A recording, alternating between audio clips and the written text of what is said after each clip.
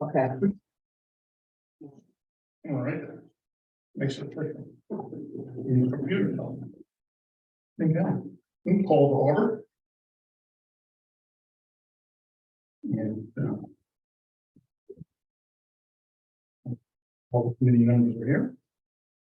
Right.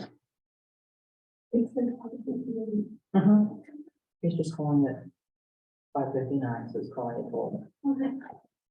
Nobody still doesn't have to come in.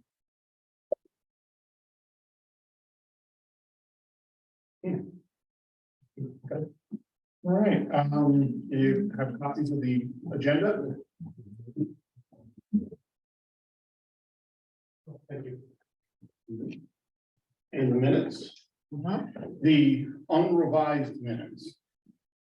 So, Well, I think that I sent a final copy of the revised one with Betty's corrections on there, so I think we're good. I have these because this is what I posted. So I posted it along with the agenda before anybody commented on it. So from now on, I'll wait until I hear comments from everybody. And then post the reviewed and looks to be correct minutes. Okay. I just wanted to make sure we get that up. I gotta get the agenda up for committees, for. Yeah, you for want rules. to give her the agenda first? That's, yeah, I guess Brian just, I thought I had to do it together, No, so we can do that, I can do the minutes later. yes. You don't have to put them in with the agenda. The agenda goes first, then minutes can follow. Okay. I thought they were Because the together. meeting hasn't started, so once the meeting takes place, minutes are done, then they're sent. So we were discussing before everybody came that Mhm.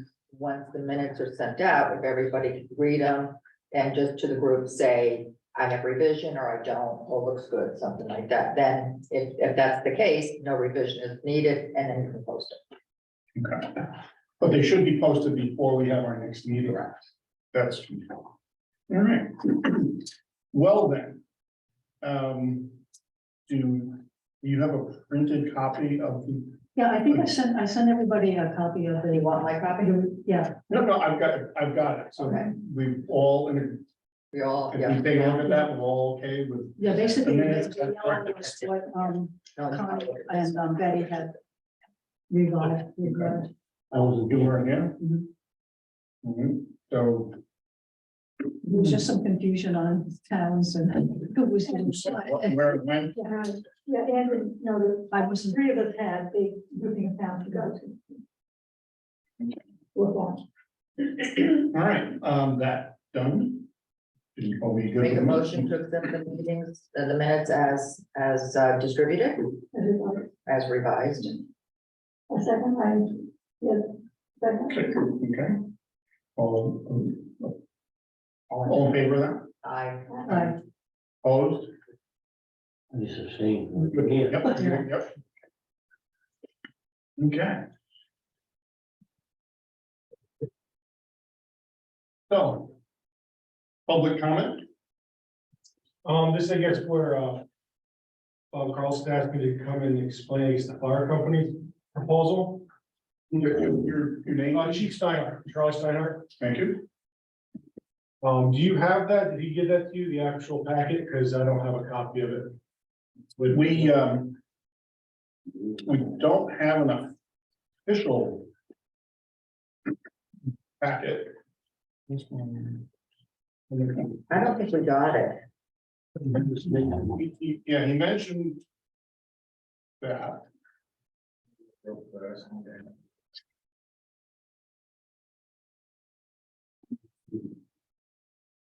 I think what we talked about is that there is a,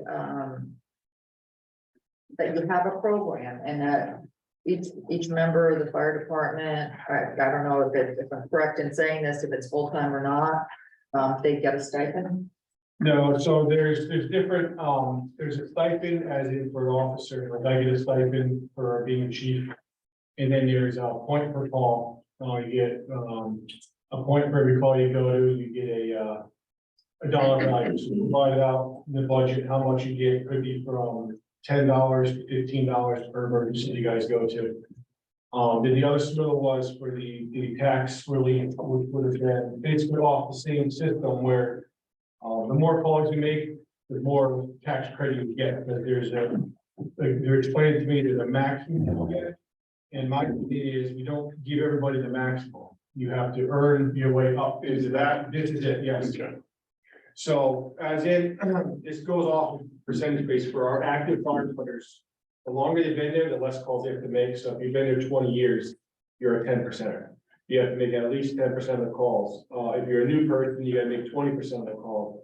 So this system sort of follows that, but this doesn't go off at 10% or the 20%, it's right straight across by call numbers. So if you make 40 calls to 75 calls, that's a $500 tax credit. If you make 76 to 100, it goes up to 750, you'll cross. If you make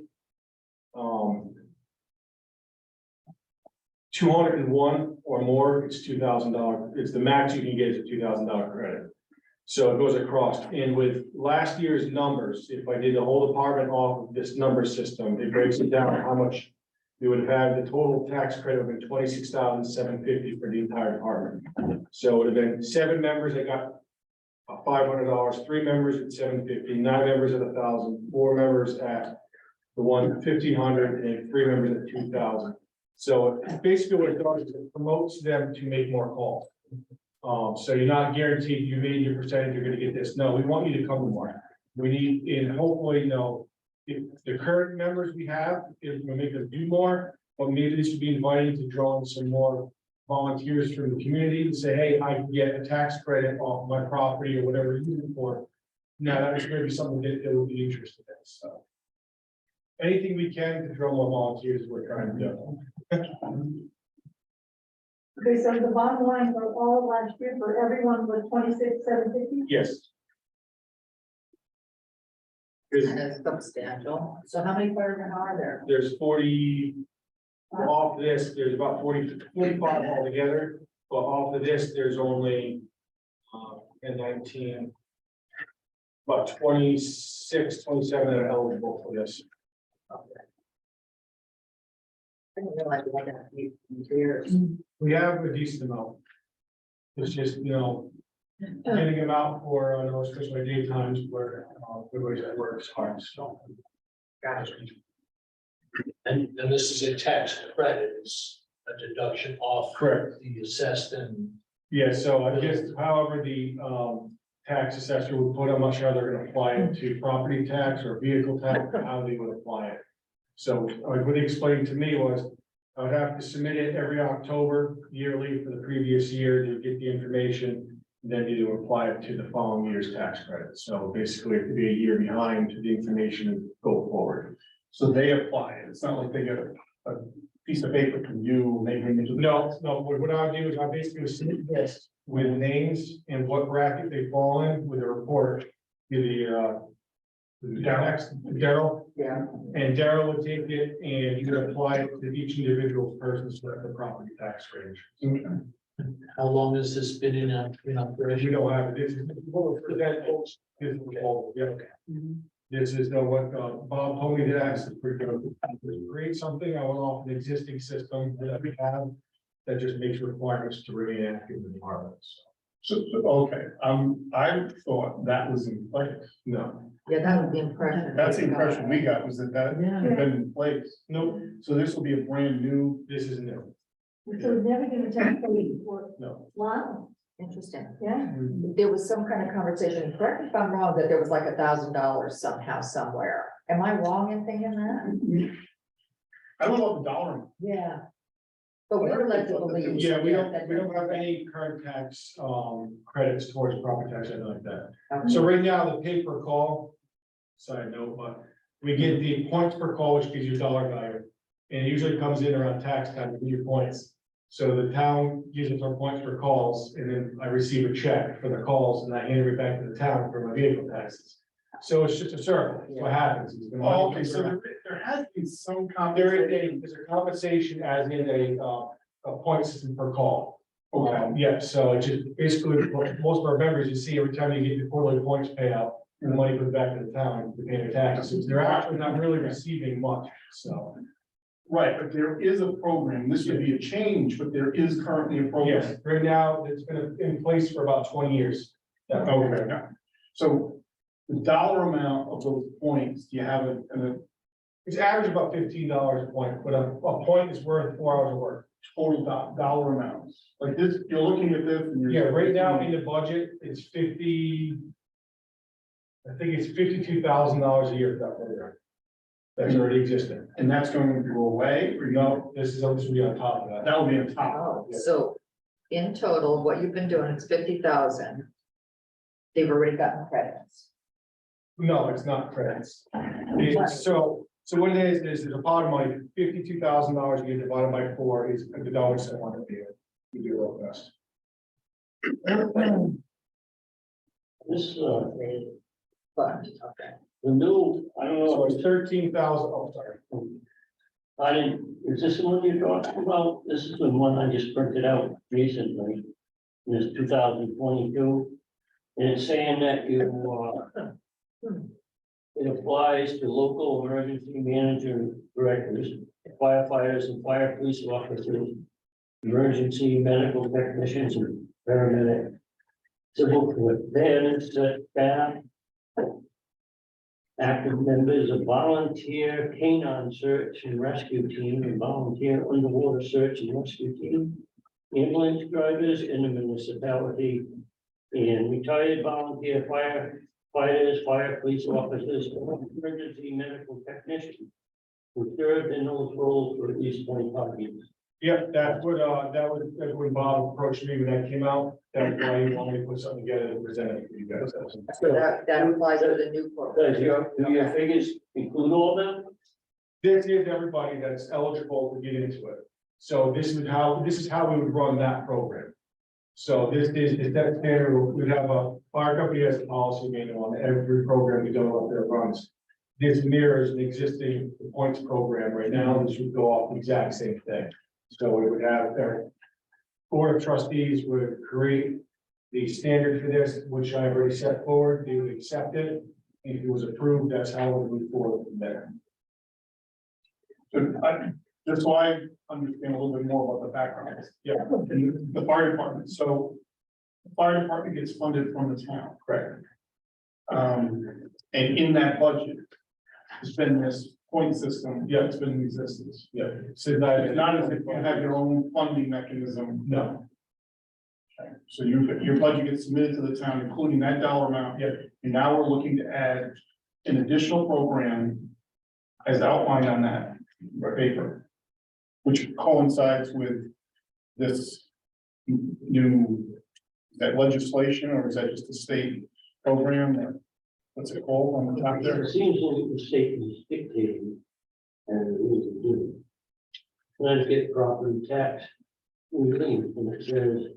Legal. Curious in the number of people. yeah. So if you did, it's $13,000 per quarter, it's a quarterly payout, so it's not, so it's every quarter. Yeah, so what you do is you add up, everybody goes to a call, you all get your point. Yep. At the end of the quarter, you add all the points up, divide by the $13,000. That gives you what the point value is, and you pay out everybody's by that number. So if you go up, it goes down. Busier quarter, the point value drops really low. If you have a slower quarter, the number comes up. So it fluctuates between as low as $14, as high as $18 per call. Each point is worth 4 hours of the work. So the guys could be on a fire for 4 hours, it's worth 1 point. So it goes across. So again, the value of it's up and down, but it's minimum of 4 hours, each point is 4 hours of work. So you could be there 3.5 hours, it's still only worth 1 point. So you're looking at those two programs together, which total about $75,000. Yep. In support. And you have how many volunteers? We have 40 active volunteers. 40 active volunteers. And I'm sure there's some that are much more active than others. Yes. For everything. Yeah. And I don't have that. a single fireman salary would probably be, And well, right now, for one paid career firefighter is $100,000. With their their pay, their benefits, and all the other stuff, about $100,000. so we're not, I don't know about the rest of the community, but I don't look at this is tax relief.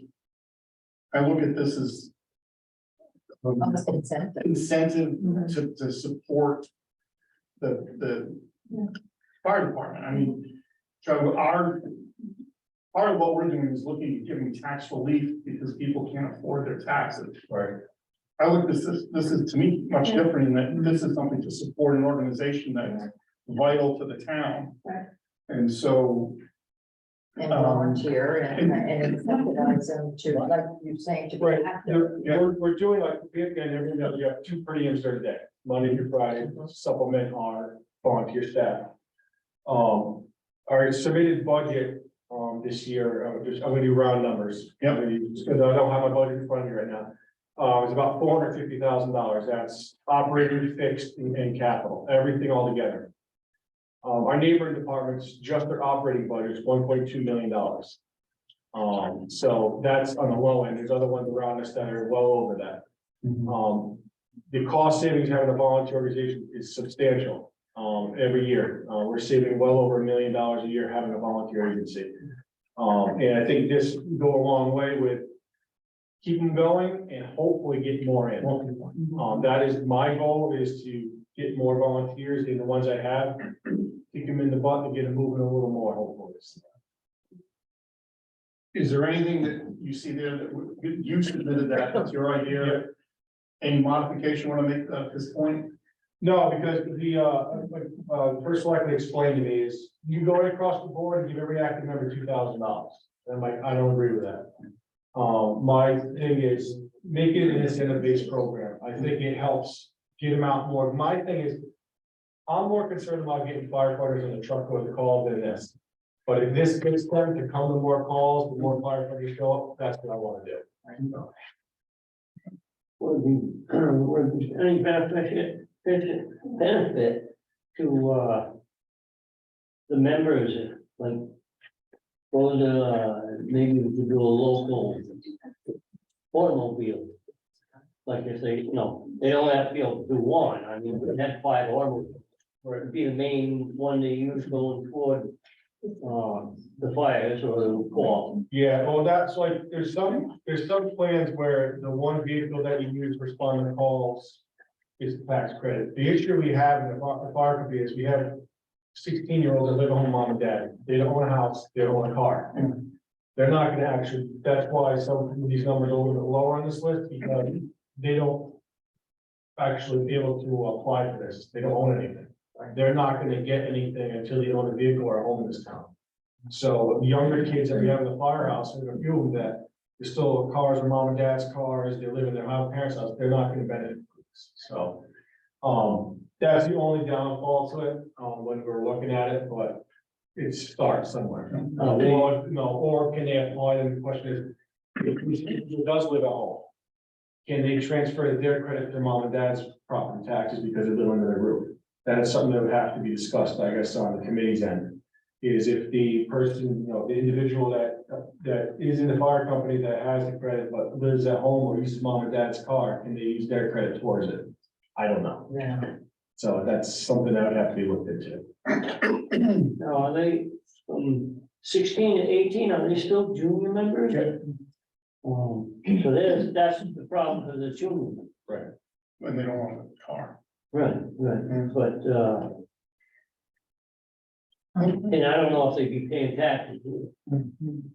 Probably not. Well, most of them have jobs, so they're paying taxes. Don't they get something for, step it when they go, like if they go to a fire and get a certain amount? Juniors don't. No. Juniors don't apply. Any probationary or junior firefighter doesn't meet the stipend program, so they're on probation for 2 years. A junior firefighter, but when you come in, say over 18, you're on probation for 6 months. So while you're on probationary status in the fire company, you don't receive anything. So you have, that's the time for you to train and get up to speed, and then you get your stuff, so. So in searching through the budget. Yep. I don't see that indicated anywhere as a line item. Is that just- That's fixed charges. We look at the town budget under fixed charges. Under the fixed charges. Yep. That was an earlier page. It should be the VR something, VR, something like that program, on the volunteer fire company.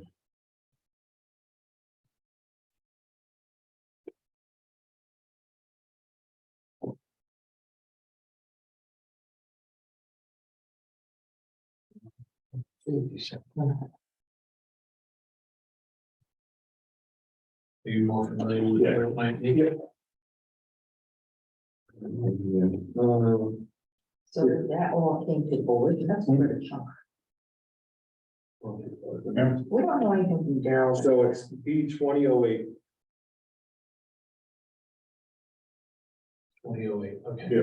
The activity Yeah, study. activity statement. Okay, thank you. Yeah. Alright. Any other questions? Well, that's the thing, is young volunteers, 16 to 18-year-olds, and those are the people you want to try to come to your fire department. We have, right now, you have one, and he actually goes to Grosso, so he's not even around there. They used to be 16, 18, you were allowed to leave school to come to fire call center day. Yeah. We go down to school every year, so you for volunteers, and we have to get them. You don't see the benefit in becoming a volunteer, so right now. You got any recommendations? We've tried everything. We would do the online campaign, we go to school every year. Former first selectman put a whole video together trying to get volunteers. Out of that video, we think we had, was it 20,000 views? One member. Yeah. So it's a nice video, but again, I fight in my own department. We have the senior members that have been there for 50 years where they don't understand why these guys doing things. Well, I can just look back to my own father. I grew up, dad went to work, mom stayed home, raised me. It's not that way anymore. Mom and dad's both working 1 or 2 jobs to survive. They don't have the time to volunteer. Volunteer at the fire company is a second job. The firefighters there are trained in same level as a career firefighter. There is no difference anymore. If my full-time job is a career fireman. The firefighters up the hill, the same training I have at my full-time job, so there's no difference. Just that they don't get compensated hourly rate for the career guy does.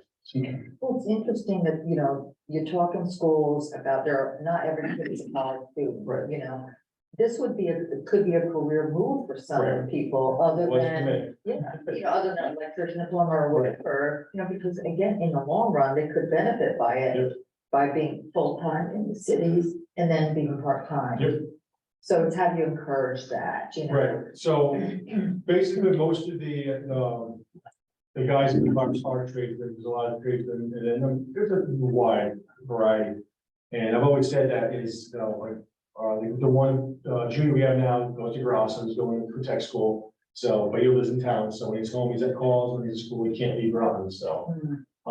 It's a good ground where if someone wants to get emergency services, we do provide all the training, and we do have many members that have left to go on to career firefighter jobs from there. And they still, a lot of them have stayed, but it's tough right now, be able to divide, there's only so much time in a day, 15 bills pile up, so we all know that, so. What's the average age? Because I had heard, you know, that there's a lot of seniors and seniors aren't coming out, and there are reasons for that. But is there a range of the? The average age, if we did it, I did actually look at this last week, is 58 years old. Because you have the high end, Yeah. and then I used to look at myself as the younger generation. I'm not anymore. I'm in my early 40s now. I'm not. Young guy. And, Yeah, and I used to think I was one of the young guys, and I looked back on this, and there's not many behind me. So it used to be a large pool of younger guys against a few older guys. Well, the department's aging out. The older guys are leaving, and the young guys aren't filling the ranks as fast as the older guys are leaving. But that's across the nation as in the workforce anyways. That's what everything's happening. yeah. Wow. And the 18-year-olds, they still go to the drills and everything, right? They do everything that we do, other than they can't go on burning buildings, they can't go on roofs of houses. They're very limited because the labor laws. We have to apply the labor laws to them, and it's about 5 pages of things they can and can't do in the fire service. You know, basically, they're tool runners and they train with us basically until they're 18, so. So are they still involved with I know when I was a junior member, the state used to pay us for the forest force. We really don't do that anymore. You know, They offer the training, but unless you work directly for the state, they don't call you out like that anymore. We're taking a class at the end of the month to be qualified for it. So if we get called to a student court, or get called out to a system, you get $15 an hour to assist the state per person, so. There is that ability, but you're no longer on a state crew. You have to individual department get qualified to be on that team, so. I'm trying to find out a way to include everybody. Right, the thing, then it's gotta be, I don't know, maybe. The dedication of the 16, 18-year-old, the one currently have, he's high, he's there all the time. When he can do it, because again, he has to be home by 10 at night, he can't come out in the calls between 10 and 7 AM. That's the loss. But if he could, that kid would be there. He's a go-getter, he's a hard worker, he wants to learn as much as he can, and he wants to help. He's restricted to what he can do, so. Right. Okay. No, thank you very much. If you have any questions? No, I'm gonna have to grab that one back. Yeah, that's my copy to make sure I problem this. Thank you for your. Yeah, thank you for your. I'm not going to another meeting now. Have a good night. Yeah, thank you.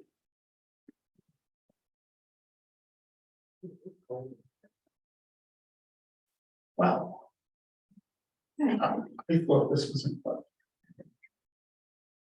That's okay. Yeah, it really doesn't do anything other than know that somebody else is getting the benefit of some incentive money for Right. doing a job, but from an elderly, tax relief or veteran or disabled, Yeah. that doesn't help us. No. But I think. I'm gonna have to, I mean. I understood this to be a committee for tax relief for the elderly and the disabled. That's right. So I'm not sure. How this fits in. What Yeah. I'm thinking. Yeah. Yeah, I'm gonna have to, I'll ask Bob and say, you know, did our committee focus just expand a little bit here? Or is this just something you wanted to I talk thought to we us were about? supposed to look at everything. I did think it was wide ranging, like go into it and look at what's available out there. But it looks like he's gonna have to put in a tax, Right. so I think that this kind of, So I'm just gonna clarify that with Bob.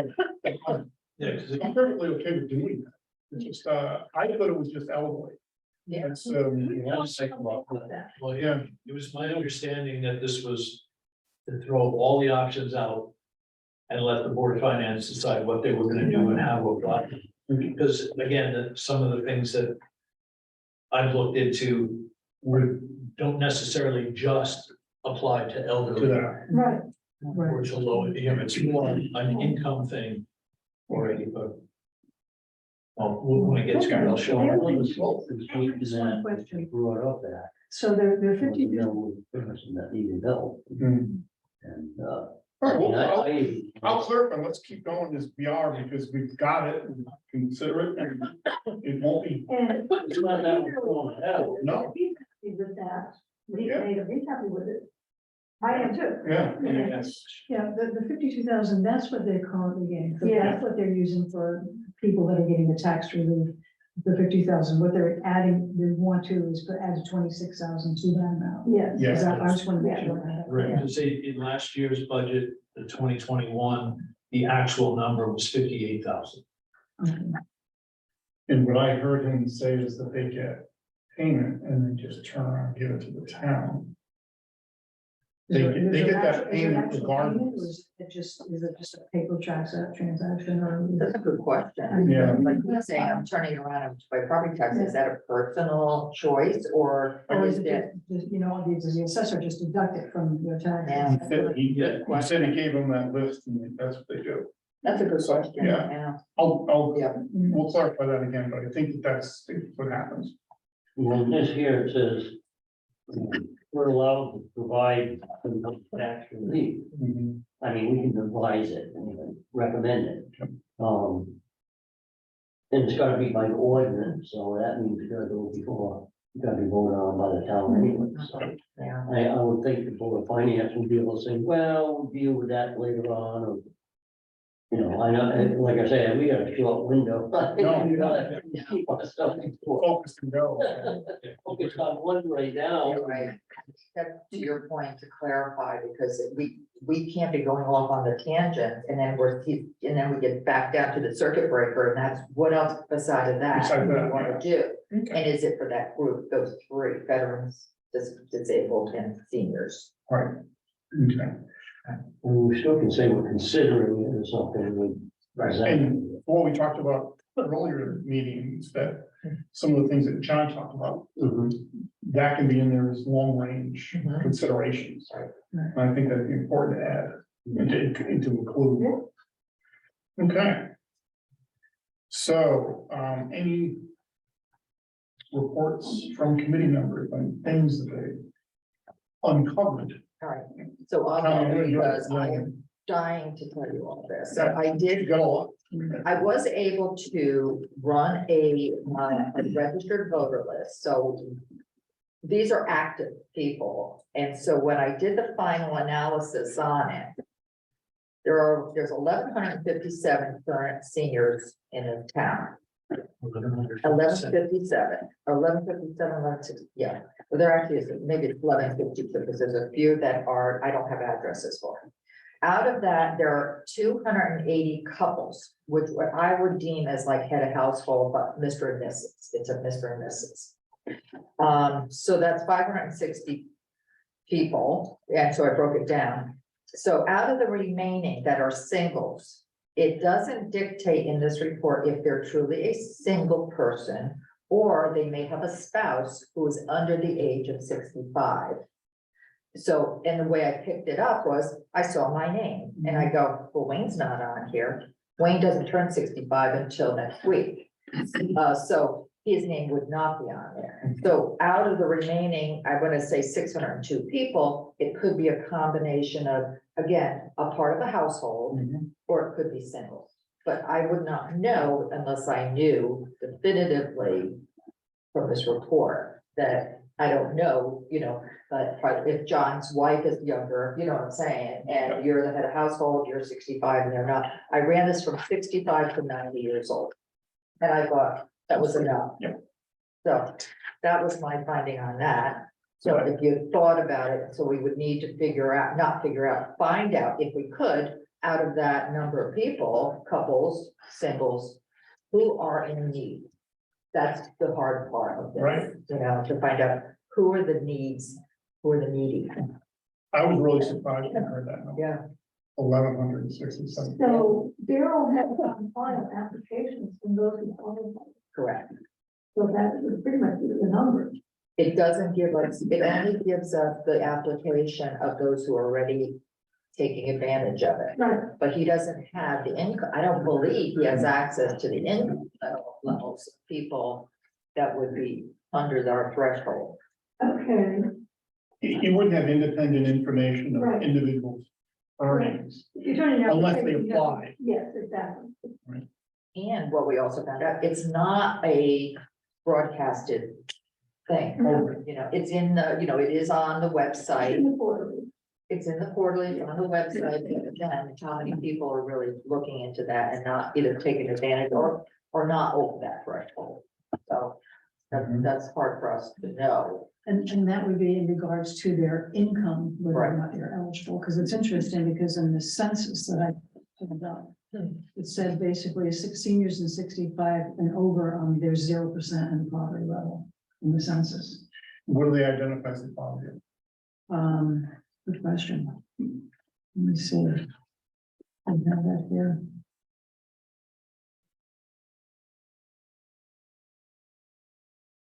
It just says poverty, is supposed to say poverty, not 0% poverty, doesn't say what the statistic is on that. Is that right now? Or is that just, No, that's in North Huntington. no, it's not, yeah. Yeah, but the Okay. poverty level, I think, might be the federally Well, identified. that's what I'm thinking. Yeah. So how is it identified in North Stonington? That's what I'm asking. Right. You need a policy. Yeah, Is it, just for instance, the federal qualifications terminology, a small business in America, you have to average over $1 million in productivity for the last 5 years Yeah. to be a small business, so most of us are really considered working poor. Mhm. That's a small business, when you hear it on the news, Mhm. is referring to people who make a lot more money than anybody I know. Yeah. Federal poverty level. So, So the federal poverty level for, come on, yeah, I think that's- Might be the low, it's affordable housing. no, it's, the battery's about to die, so this is gonna be quick. If a family of two, which a senior would be, it's $27,000 a year, $27,465 for a family of two. That's poverty.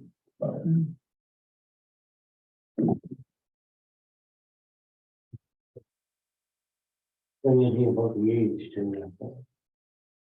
So. and that HUD has a whole definition too. Number of family, Mhm. you know, for family of one, very low, and then they have extremely low income, and then they have low income limits, and depending on how many people in the family, so there's Yeah, a lot of different. Yeah,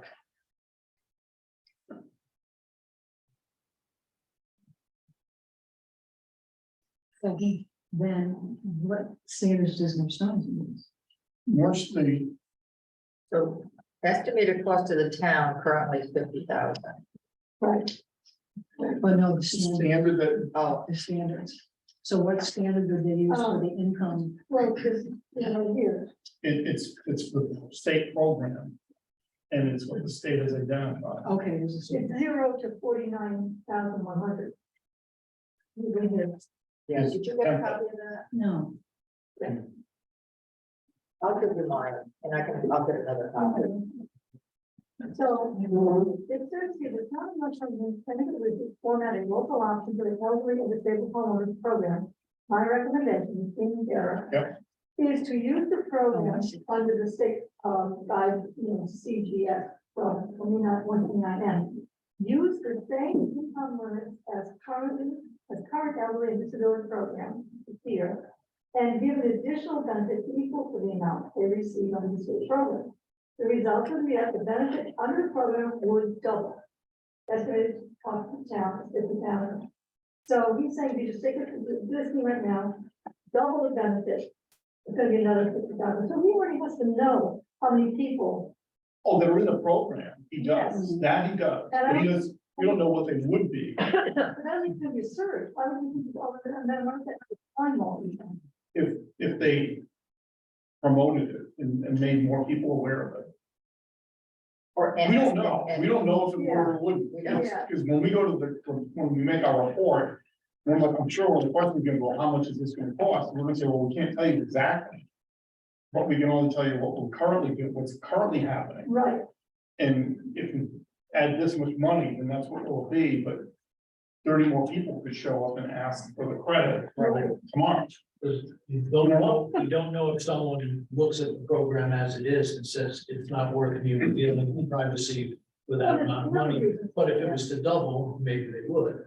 Yeah, so if we as a committee said, all right, we don't like this scale, and we're gonna say anybody over that, the threshold of 49,100, you might get more interest, because maybe they're on that, they could be right on that threshold, they could be $1 off. Yeah, Hypothetically, that happens all the time with your income tax. Yeah, Right? yeah. You jump to the next bracket for that, yeah. a little bit. When I went in, watched the assessor office here.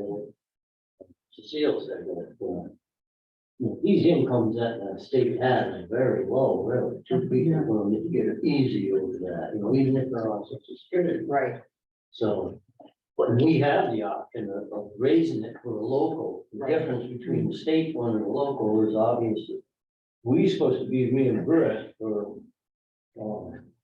any relief we give these people, in the state pays. correct. I don't know if it's happening, but. We do Yeah, we get, do. we do get reimbursed for that. Anything we do, anything we do in addition to that, there's no more, the state will not give us any more money. Right, It'll be right. absorbed by the other tax. Right. And maybe you know this, Brian, on the affordable housing committee, but you too. What? Wasn't the median income of our town like 55,000? That sounds wrong. Maybe that sounds wrong. It's 85,000. Yeah. 66. Of our town, so that's the median. That's the, Yeah. Half the people are making less. It's still a lot of money. Yeah, So they all qualify So- for this. yeah, I mean, yeah, you think about that. So I'm, what's just a sense from the committee?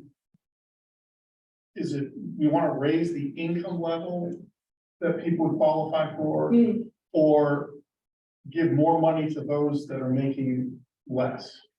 I think that. Okay. We could do that and just change the Well, percentages. if you're making $70,000 a Right. year higher, Right, you're only gonna get a smidgen of tax credit. right, And as a percentage of your income, somebody's making $30,000, maybe 40. I mean, they could really use some help. right. Oh, I agree. So maybe we could take this circuit breaker and change those percentages of what they get, you know, from 50 down to 10, you know? Yeah,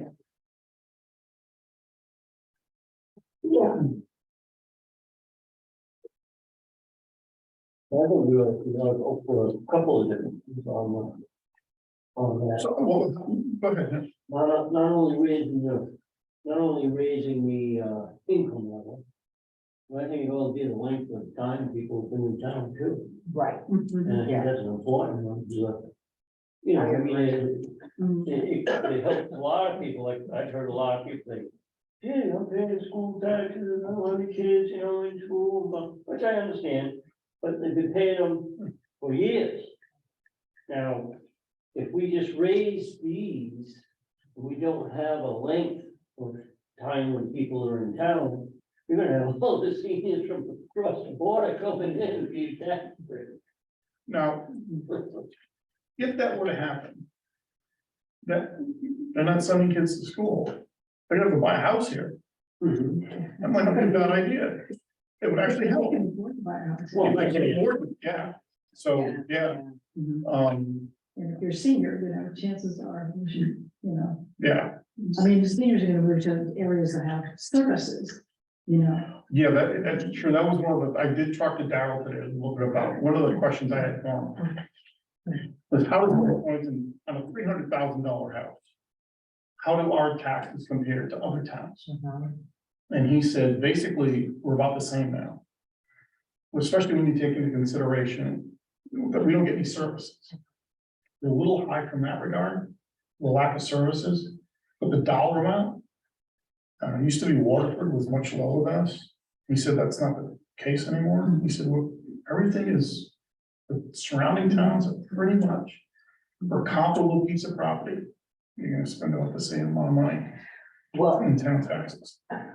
I have a nephew who's looking at a house in Preston. Mhm. It's 490, let's say. Taxes are 3,000 and change. So the population could be more, you know, where there are more contribution in. You know what I'm saying? Mhm. But the other side of that coin, when I lived in West Haven, I had a house that I sold for $217,000. I had not even a third of acre. I had the opportunity, I had water. I could have hooked up to sewer, I hadn't, but I could have. We got garbage removal, snow removal, schools. I paid over 6,000 there. That was high. Yeah. Yeah. I'm paying 7 here on my property, but it's more land than it is house. You know, so the land is not taxed as much, you know, And the other thing is like with the, and I'm not getting the service. Oh, no, that's that the I thing, we have, don't- you know. we don't have, Yeah, and then, We got fire department. Right. Right. and they did too, They you have- know what I mean, but We you know what I'm have saying, I'm some- looking at that comparison. of- It's district taxes, it's not a bill. yeah. Yeah.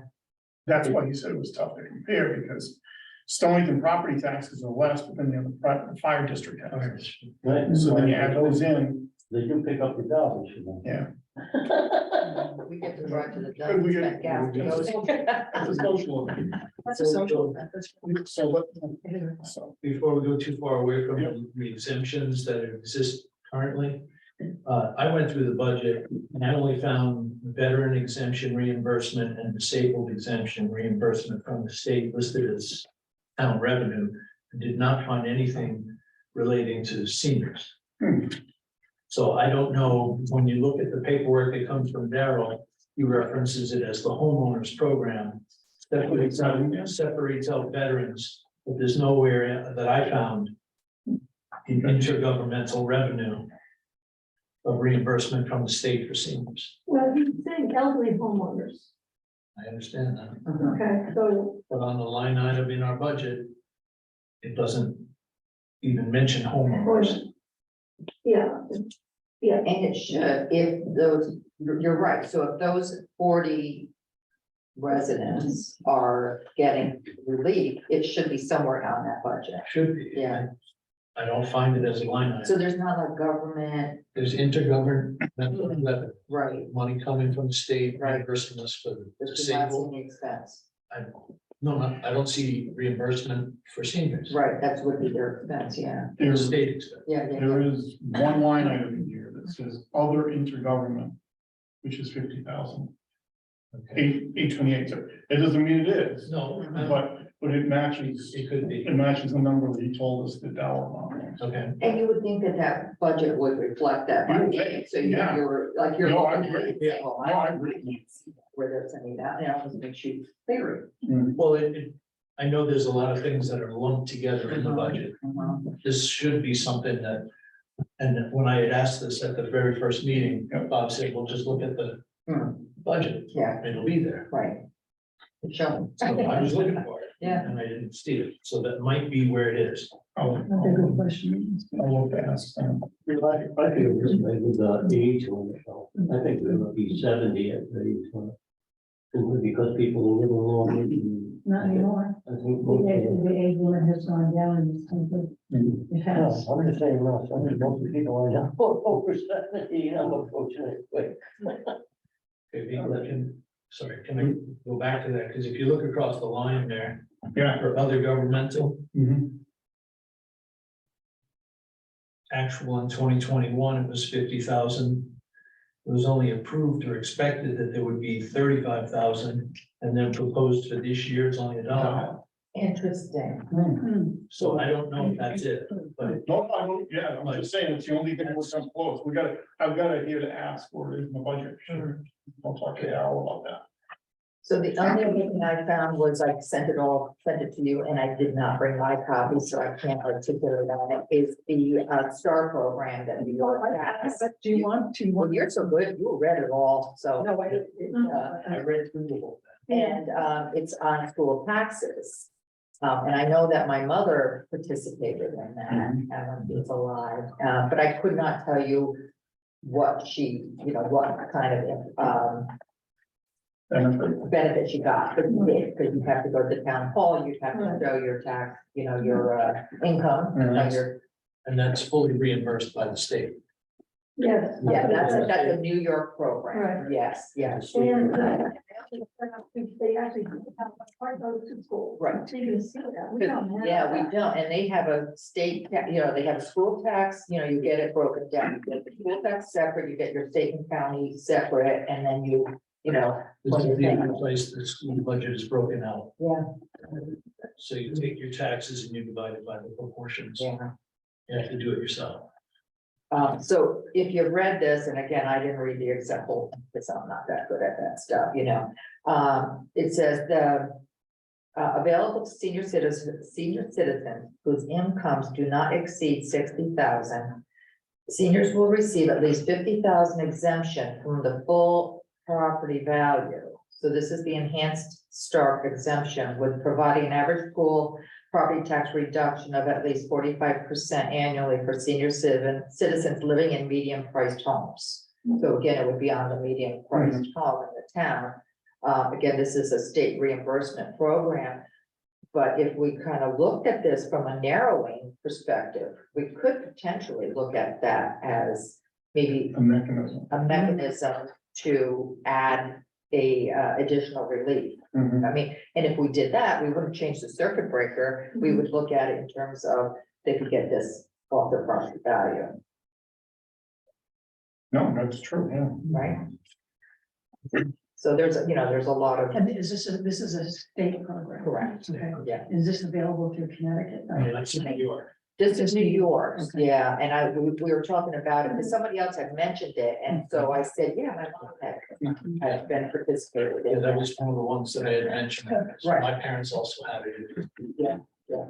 Then you have a basic one, which is for, people regardless of age or income, that's the basic stuff. You just got the enhanced. The enhanced, so there is still basics. As it relates to supporting for the school system. Yes, the school. You know, I mean, this is a long time, ago. There was a court case in Connecticut where state was supposed to come up with a program like that because of the inherent disadvantages that the cities had in funding their schools. Oh, is that for the O'Neill? I think, yes, Yeah. that's, I couldn't recall that, yeah, Yeah. so that was a while ago. Oh, God, yeah. They've never done anything, they've never done anything, yeah. Yeah. So I just want to back up just a little bit. So Brian, you mentioned that you wanted to consider 70 years old as a couple. Well, I think I got the. 12-129N local option tax relief program, but elderly and totally disabled people. And it allows the town to provide additional tax relief. And it says to qualify for tax relief under 12-129N, the applicant or his spouse. As of the October 1st assessment. Is one, have been a taxpayer in town for at least a year prior to receiving benefit. That is not all. That's just one endorsement. And two, be a the record owner of and hold life use in real property in which they reside. In other words,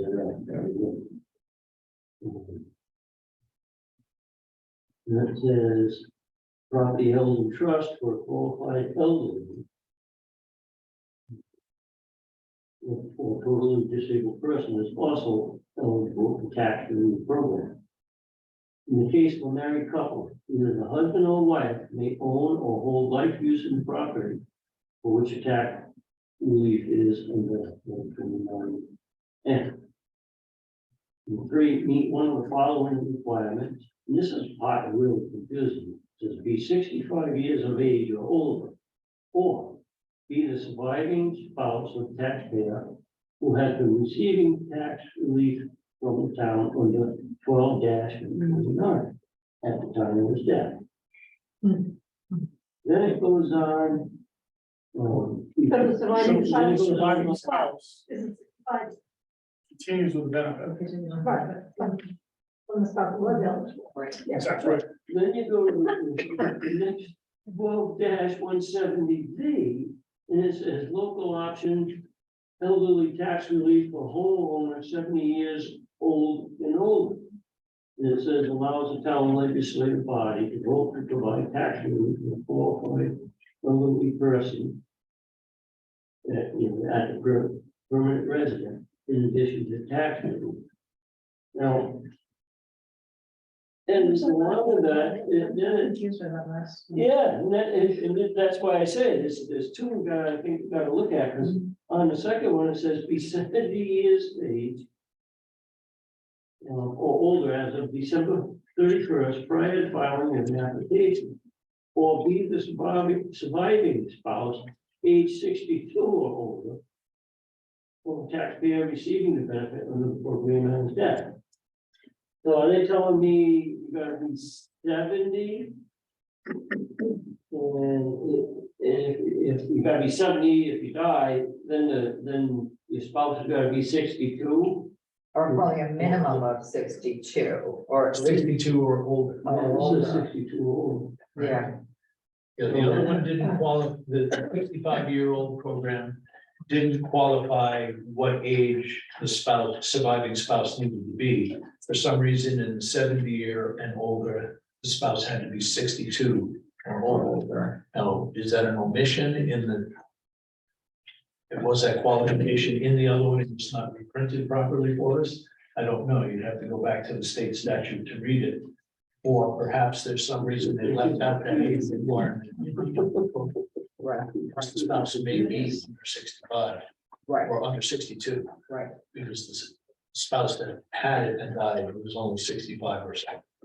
And if I look at that and I see what you're saying, if my husband passed away but we're both living under the same income, then I'm still getting the benefit because that's my income as well. That's where I no longer have my elder husband to take care of me, so I would assume, I'm not saying assume, but between any income they have coming in, social security or retirement, it still has to be a threshold, for them to get that benefit. Is that right? Am I making that clear? Yes, it Yeah. is still an income. Would change anyways, right? I'm sorry. You wouldn't get that, like you wouldn't get the same income you and your husband are getting if you passed away. No, but I think, isn't it the spouse of social security goes away, so you're gonna make less. Right. So that's probably why, in a sense, they're saying they would still reap that All benefit. right, So so, it might be less. And your income was, or two-thirds, it's, okay, so I think, I'm just rereading this now, but I think the first program, the 12-129N local option, is to give the tax credit that the town's currently doing, circuit breaker. The 12-170V is the program where they forgive the taxes, but they can not forgive, they don't collect the taxes, but they put a lien on the property. If it's over a certain amount, right? I mean, for 75%, if the tax relief exceeds 75% of the property tax liability. That's what I got here. Well, that's on the 121 and. Yeah, no, it's not on this one. But the 12-170, That's what we're. there's no dollar amounts. It's just if the town decides to give somebody that break and not collect their taxes, they can put a lien on the property.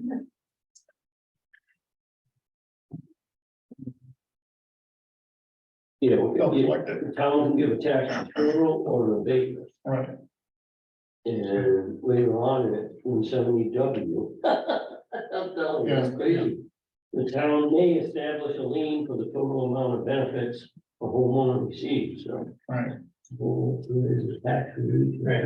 Because it allows, it doesn't mean it's necessarily required, Right. unless in this case, if it exceeds 75% of the tax. Yeah, so sometimes liens are quiet. The same, in the other one, in some, it says the town may. Refuse the option, but. Building inspector. So are we making this more complicated than? So I'm just trying to find out what they said. Well, here's the thing. Understanding that no matter what we come up with, there's no more there's no more relief in the state. It's gonna come down to how much the town wants to support this. And it seems to me that for this initial request, the simpler we make it, from an operational standpoint, I think the better received it'll be. Right. So, with that as a backdrop. Right. We can do a bunch of different things. Or we do nothing at all? We can do nothing, right? Right, that's what they said, yeah. Yeah, and then spend some time coming up with some ideas about what the town should consider on a go forward basis. Yeah. And say, look, this is as best you can hope to cobble together right now this Right. way. But- Yeah. But there's better ways to do this. Or there's other alternatives. There are. did you make the spreadsheet that showed the comparison of town? What we did, but I didn't fill it out. I've got it, I've actually, and I also.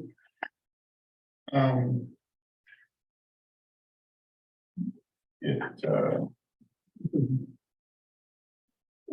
See how we came out in relation to the other five towns that are in our is the reference group in the London County. I think at a minimum, we should be doing the third one, because, demographically, we're similar. Right. I wouldn't do less than they're doing. So I gotta apologize, if I'm using this computer. And my normal computer that is the battery decided to not work. Now I'm using this thing as a Chromebook, and it is not the same as my other computer, and I don't really have a big screen to show you, but Yeah. basically, this is what I came up with as far as that spreadsheet goes. Yeah. So it'll be the programs, towns, and what they offer. I'm pretty sure based on what everybody found out, I know where to put these X's. So Right. this is what it's gonna look like. It's pretty straightforward. Almost every town in our area does offer something. Mhm. So that's basically, Oh, okay.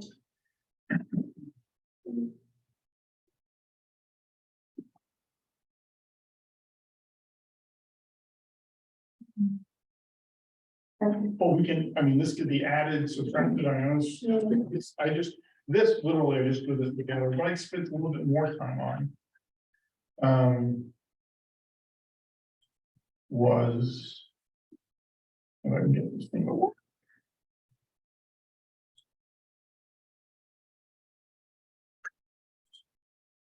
Was how we want to present this to the finance committee, and that is, do we want to do this in a white paper?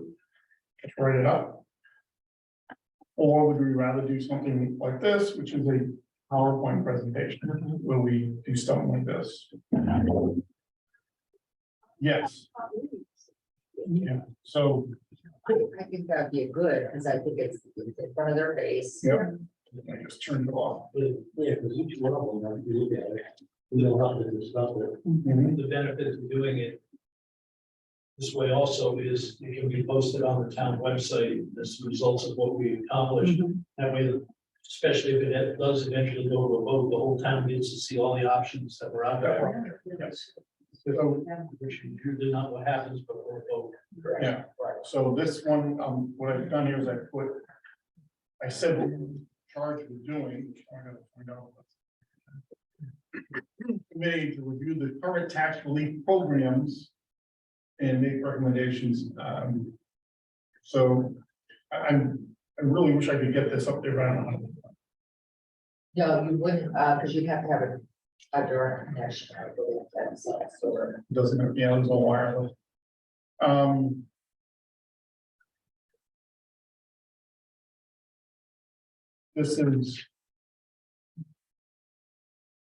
This is what I'm thinking of by way of, Is your point of presentation already made? yeah, Okay. it's just in black and white there. Right.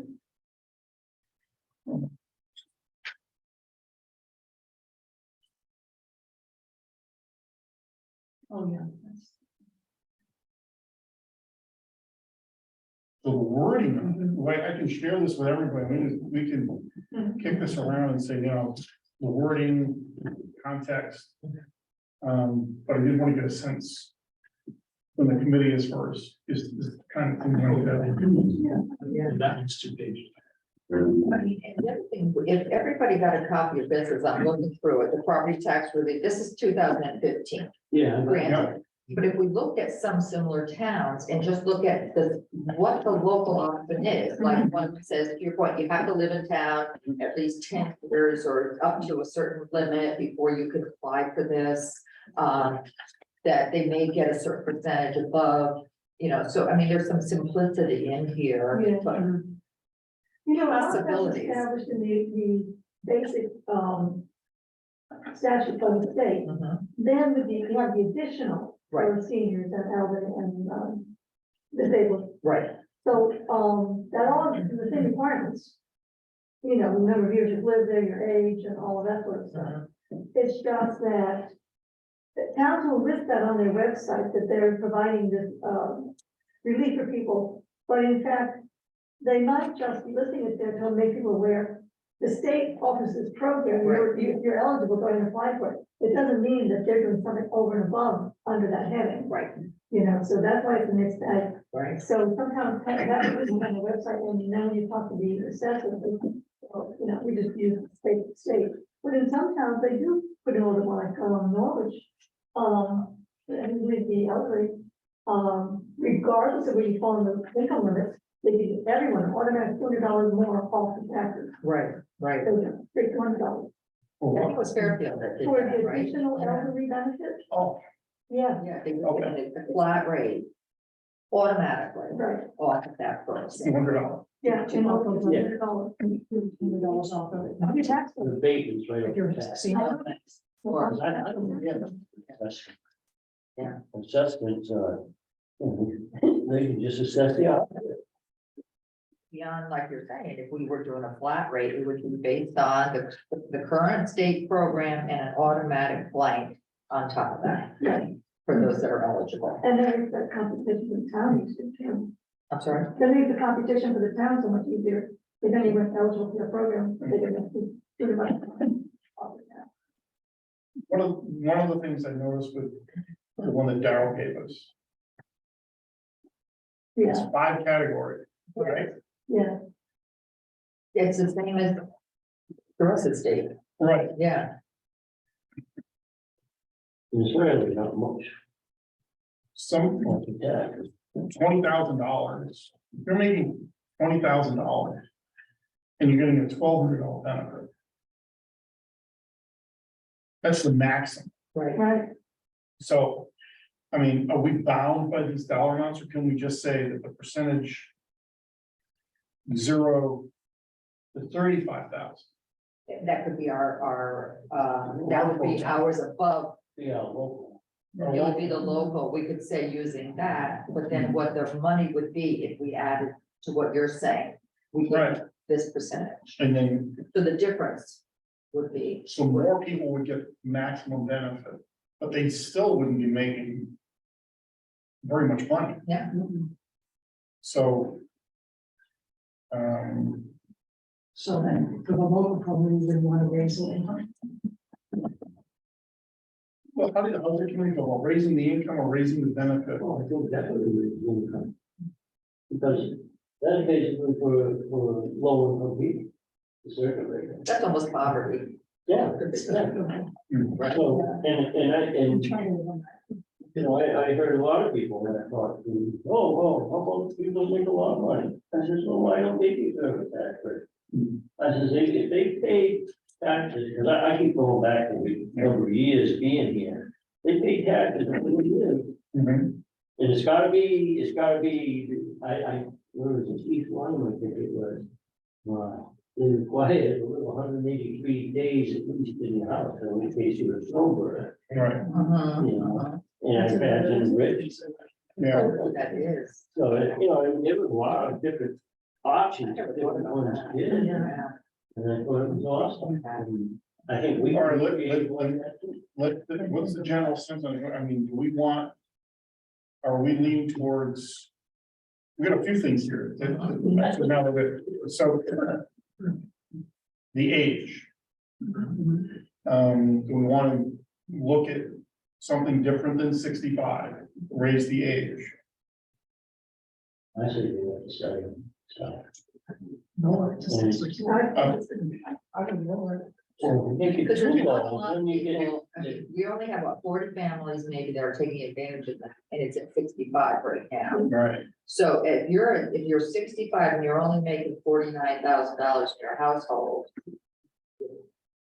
You have a challenge. oh, yeah. And.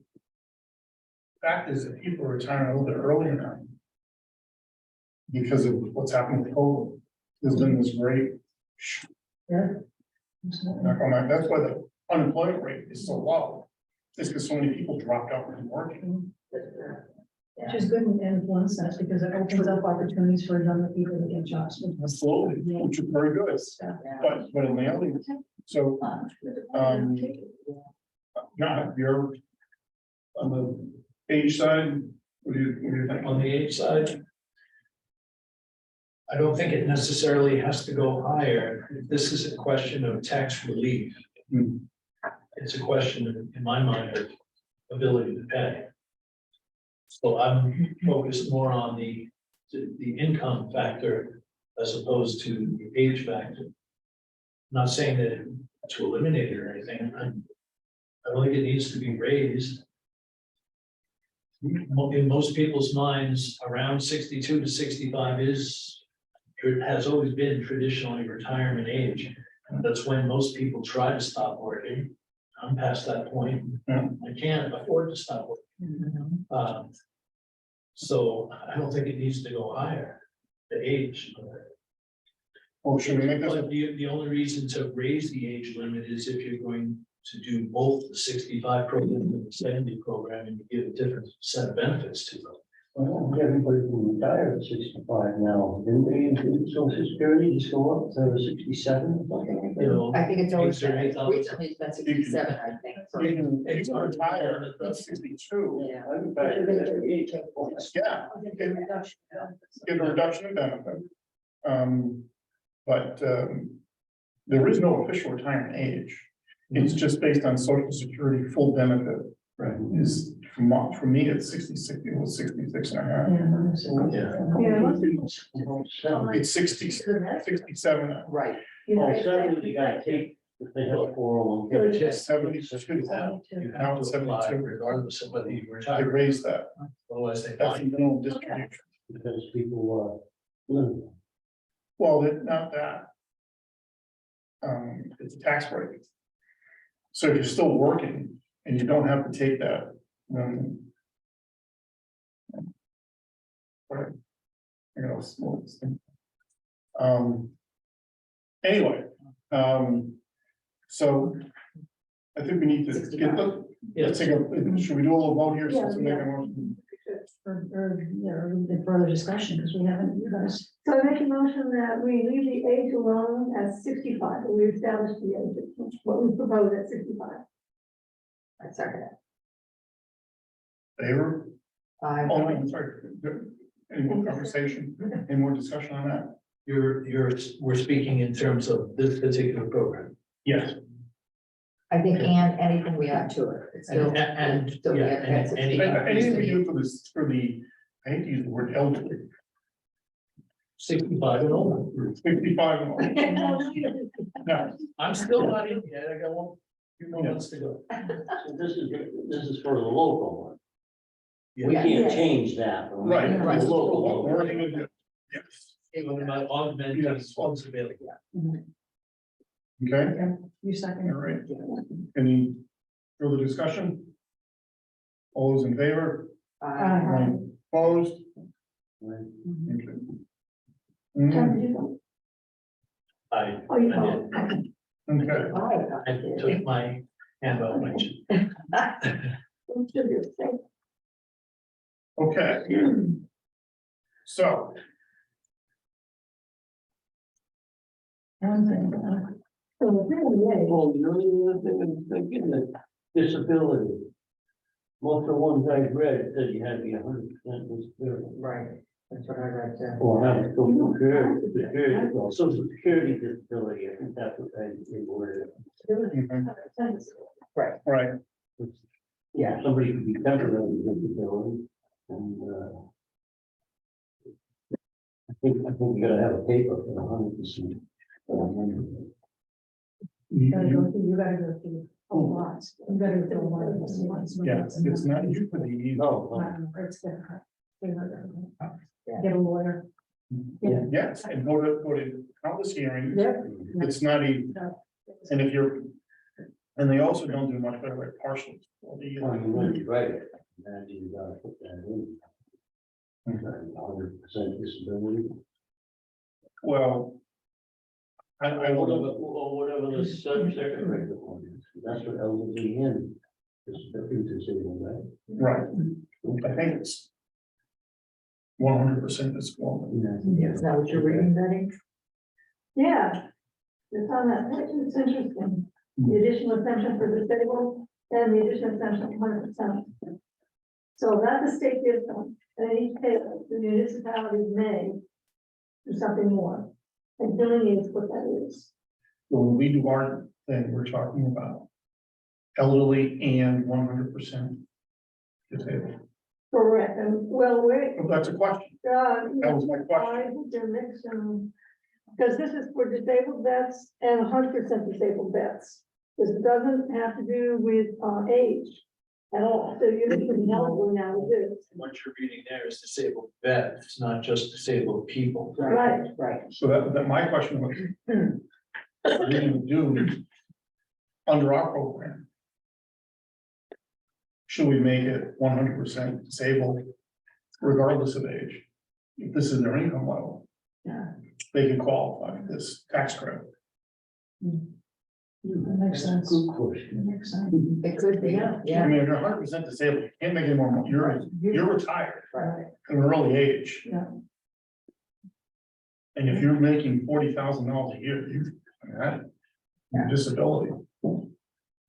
I personally don't see any problem with adding that on ours as using the state guideline for elderly and disabled, Whether veteran or not, veteran or not, or just a disabled person, right, senior.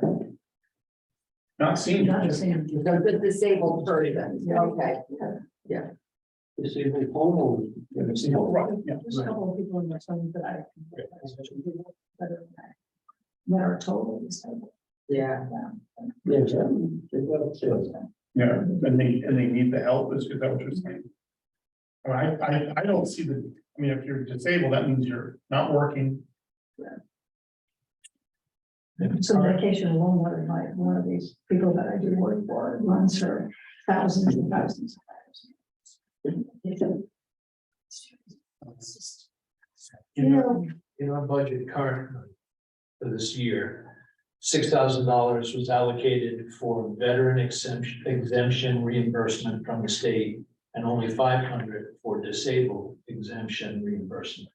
So there's already people on the program here in the state, in the town, that they have this budgeted amount for this particular And that's year, low, right? and that's Yeah. low. So based on whatever the number is that they get, when it comes to the state, is only expecting $500 to come back from the state. The way it currently is. Mhm. So that may be one individual, it could be small amount to a lot of individuals, we don't know. Mm. There's no- Well, the disabled, it can't be many, it's $500. No, well, that's what I'm saying, there's Yeah. there's really very little breakdown when we get our budget. How this is done, So the the finance person you committee know, would know better. would you know if they received anything from the town? No, I wouldn't know. No. No. I didn't really know. Yeah. And that's the thing is, how do we find out, unless we don't have to find out, we just present the program We present the and program. they then come. What I forward. think Yeah, the vehicle for providing this information would be really good for the senior center and outreach work. right, And having pamphlet available and having information available to seniors through that. I yeah, mean, and having actually people go out. I mean, I did this for years, so Yeah, yeah. going to people's homes and say, what kind of programs and services are you eligible for? right. So, Would it be helpful for us to invite her to our meeting, Teresa. Teresa? Teresa?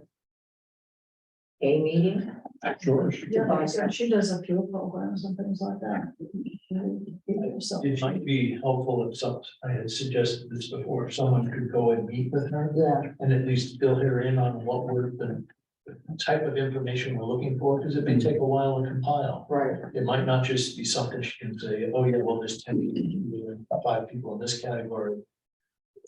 Because she assists individuals here in town in applying for any kind of state or federal programs that are available, so she would have a much better grasp than anyone else in town on yeah, and who's in need.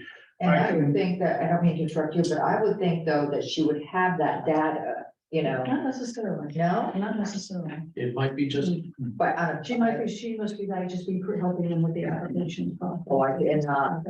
Not No. necessarily have a. how Oh, okay. proceeds, maybe, Yeah, yeah, we don't It know. all depends. This one says, veteran who maintains a disability rated from the VA of at least 10% are entitled to an increased exemption. depending on disability rating and income level. And it goes on to tell you that, local. 2023 applicants to the town's local program. 2022 income from all sources may not exceed 74,100 for now. And 65,300 at the single. Veterans with 100% disability rating have to meet, difficult income professions based on adjusted jurisdiction. So I think we're in agreement that everything's income based, Mhm. regardless of status, right? And Right, so I think we discussed that a while ago. right. Okay, so our income levels could be, that we come up with can be applied to all the groups, Yeah. right? So it's not, we're gonna have different income levels for Yeah. different groups. Okay, Right, Yeah. if somebody qualifies for the circuit breaker, they can qualify for the reform. right, okay, But they may not qualify, if we have a higher limit, they may not qualify for the circuit breaker, so we might qualify for the local, so that will try to bring more people into the tax.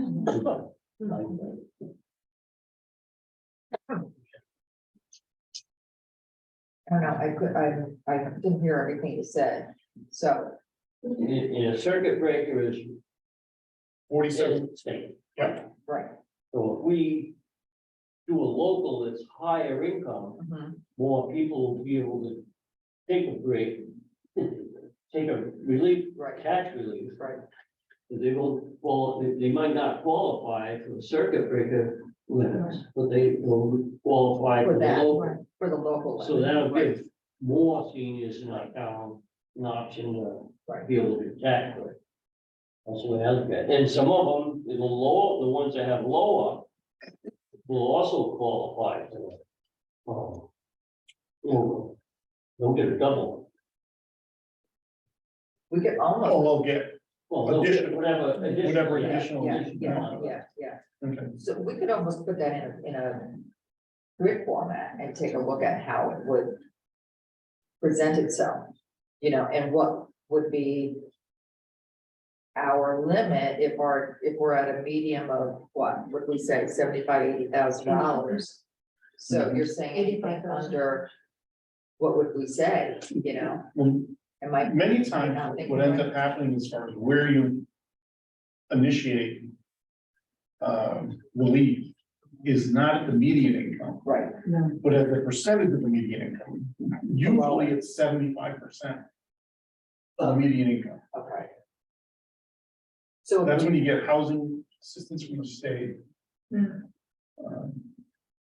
FMNJ, those are, because if you're at median, then You don't need the relief, everybody's average. right, right, So, right. or above average in most times. right. There's the household income, 36% of our starters are under 50K. Under 36 Under 50, percent, under 50, How many? 30? 36% under 50,000. wow. So if you're looking at 75% of the median, Mhm. she said it was 80. 85. You're looking at 55,000, 56,000 homes. Mhm. You'll be the top. Right, but what that doesn't tell us is if they're homeowners, they're just, In the No, household. yeah, no. Is that household or people? Yeah, that's household. But you would think that, I mean, the rental, you think about rentals. Rentals. And sometimes you give tax breaks to rentals. yeah, Yeah, I'm sure you came across that in different towns you looked at. yeah, Yeah, yes, that's yeah. another, we don't even consider it. No. I think the circuit breaker is household. It's So- household. Yeah. Oh, no, No, single, no, it's for singles, homeowners, home. So it could be one person. So a household, Well, they look at the total income coming into that house, because it. yes. Yeah. Mhm, okay. well, the total income, I mean, you could charge a kids rent, but you're not reporting that as income, you know, so you could still, what you're showing on your income taxes. So, Okay. Well, we kind of had a very wide ranging, Yeah. which is good, because we kind of, Like it's a lot of veterans in town too. Yeah, Yeah. 228 veterans, 227 male, one female. Vietnam, 83%. Korea, 55. Oh, interesting. could I have a copy of so that? we can that, so You can you're have it talking about because I can- Vietnam, you know, so my ex-husband was, I'm 72, so he's 73, you know, so they're already over that 65 mark threshold. So I think that we should do that, so we should look at senior home owners, veterans, disabled, Right. right? And then just kind of make it as, try to narrow our scope and make it as easy for ourselves,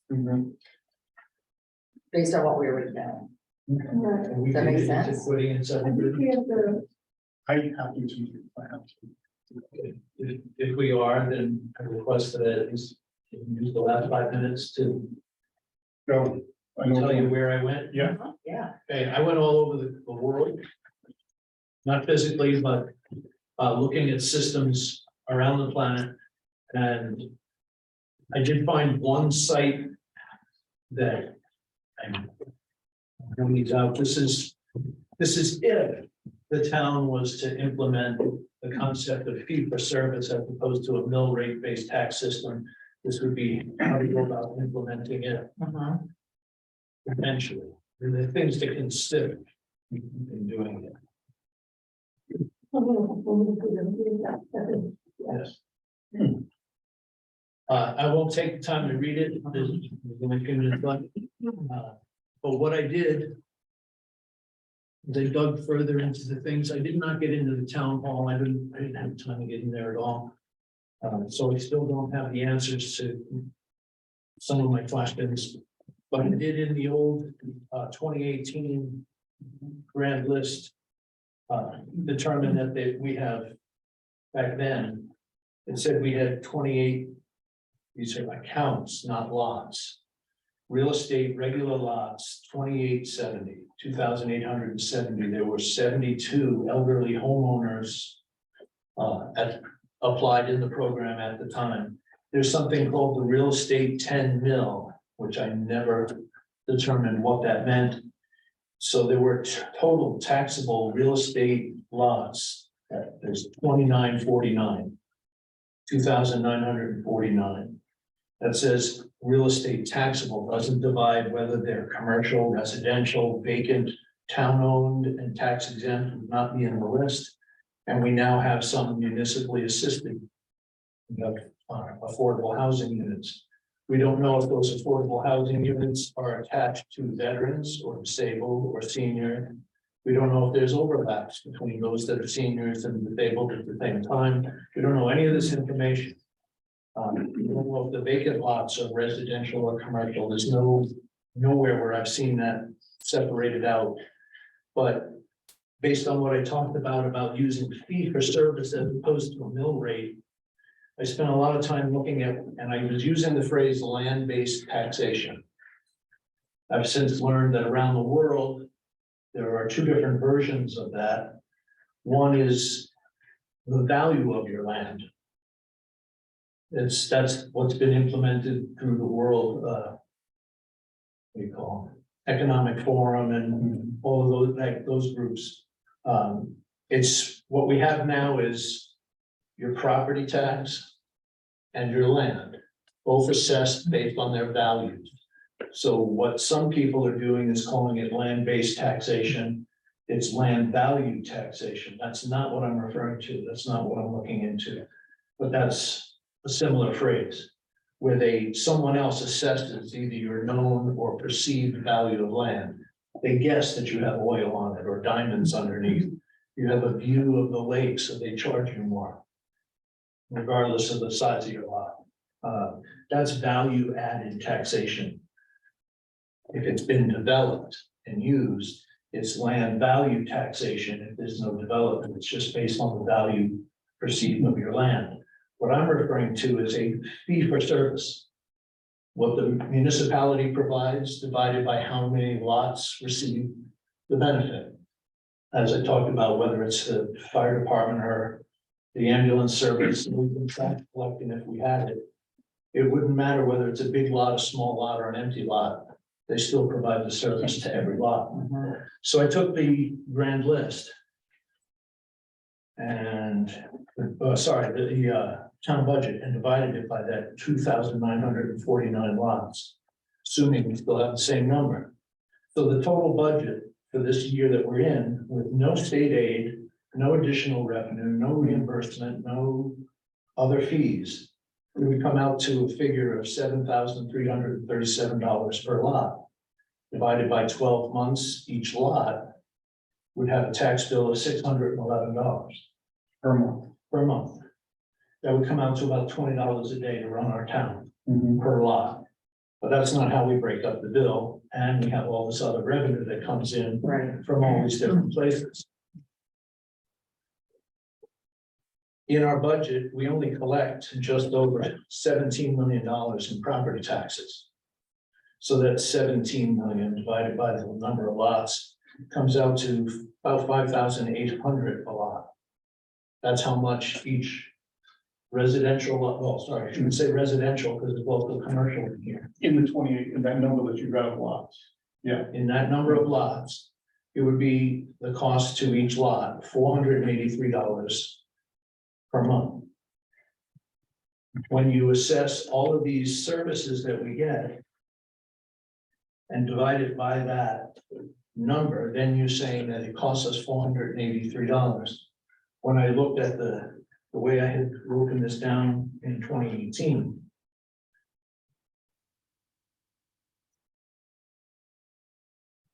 I think I passed this around the last time. People are paying between $1,000 a year and $44,000 a year for their lot. Huh. The majority of the people in town are in the $4,000 to $7,000 range. So if the bill was equalized, Mhm. and that it was that 7,300 and something, no, sorry, It's like- $5,800 number. Mhm. If you then set up a program to assist those who couldn't afford to pay that. We don't know how many of those people there are, just like we don't know now who needs assistance. Yeah. A larger number of people would qualify because of their income for the program, which is reimbursed by the state. And again, we've heard people say that, oh, that's dependent on how much the state can afford to give. But it would also cause people to apply for it. Again, I mentioned if we set up a charitable fund through the town, it would go out the affordable housing rules, it would be municipally assisted housing. These are, again, without the numbers, I'm just guessing with these numbers, I'm gonna get the Yeah, accurate no, ones. understood. We also know that there's a different rate applied to commercial lots as opposed to residential lots. The mill rate, from what I was told, is not quite the same. I don't know what that variation is either. So a lot of these numbers need to be adjusted. My 5 to 7 minutes are up. Yeah. Well, it's, no, there's a lot of interest in it. Yes, it's clearly something that, if that's the kind of thing that would take a monumental change of thinking in town, but not that it shouldn't be introduced. Right. To say, look, you gotta start talking about. Yeah, I mean, we're talking about potentially giving firefighters a certain amount of money off their taxes. If their taxes are only less than $500 a month, then what does that number really need to be? What if that firefighter is living in one of the $7,000 or $10,000 homes in town? No, We don't know. Yeah, they don't I'd know. like to know who's paying the 44,000. I think it might, well, unless that's a commercial lot, but this is the residential count. Wow. I think I know exactly who that is. Hmm. I get to sheet rock a lot of these. Oh, there you go. Interesting. Yeah. Well, if you would, I'm fine, pursue this, pursuing. pursue that. And it'd be something we can include. I'm sorry. No, what I was thinking is to get the number of lots in the town, instead of the assessor would be the building department, the land use department. The, like Cheryl. Yeah, Plan. Cheryl. That would be, I think, because they have the map of the, they have the map of all of like all the lots and where they They are. may have. Well, but I You know what I'm want, saying? but I need the breakdown of that list by what's commercial, what's residential, what's tax exempt. They should have that. They should have That that. should all be just sitting there in the office, but I've never received it yet. Yeah. Conversation. Yeah, Well, that's good stuff. continue with that. For next time, I think, what, for the agenda, it'll look, Your spreadsheet would be helpful. Yeah. I'm gonna, yeah, Okay, that's, organize. I'll finish that. So. We'll pretty much keep this. All right, I'll put together an agenda. I was just thinking, maybe, I don't know if it'll be helpful to us or not, but it'll probably give us a little idea of what we're thinking. And I think I mentioned it before, well, we already established 65, the age. I think the length of town is very important. The amount of relief, whether we think it would be a percentage or an abatement or an assessment. Asset limits, obviously, and I guess this goes along with length in town. The length you must live in town, I don't know why I wrote it twice, but It's important. I don't think there's any way to know what the cost would be. Unless we read. No, we can't, we'll never know. I don't know. We're not gonna Darryl know. will Give us a ballpark, maybe, once we come up with it. Because I we think- don't I know, think- we don't know people's income. If they're all gonna be income based, there's no way for us to know what we come up with, what it's actually gonna cost the town, because Then We we don't know go what- to finance and they have to figure. Well, they will have to approve, obviously, but I Yeah. like the idea of how, you're not gonna get an elderly person come living in this town on a limited income. So I think the length of time they've been in town has more value, to those people that are here, Okay. hmm, If we just jotted it down, then maybe we're all in the same ballpark. and- Yeah. that takes it in. Okay, And the only other thing I would suggest is if we say, like, what we would say the income level would go to. So what we were just talking about, if it's 75% of the 85,000, what's that, yeah. That's what we use maybe as our guideline as a local rate. So you want to just jiggy around the numbers that Sarah gave us on that chart. Yes, yeah. Okay. They definitely get this, but anything above that, up to this level, so if we said hypothetically it's $55,000 and they go to 49. Well, the difference between that is what the local level would pay, the town would Mhm. have to absorb through. Darryl is going to have to report as the circuit breaker program Right. to get the state reimbursement. We'll have our own amount.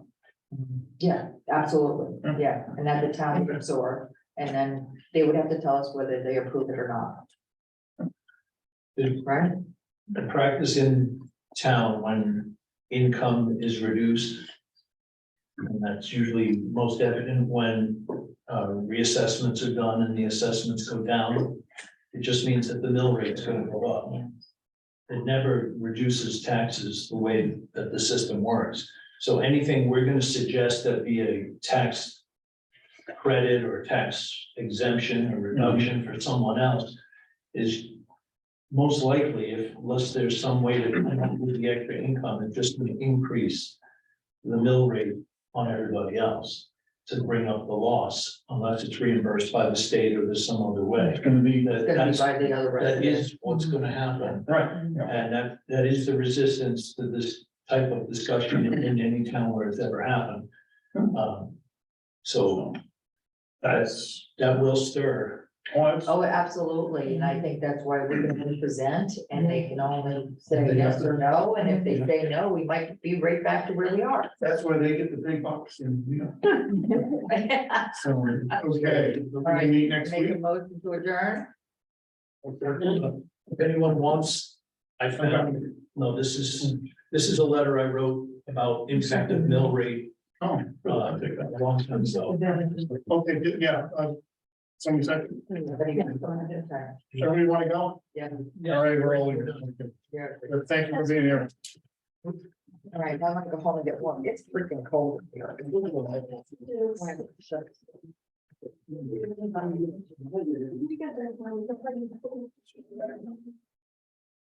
School project was going on. Oh, great, thank you. About the impact, the disparate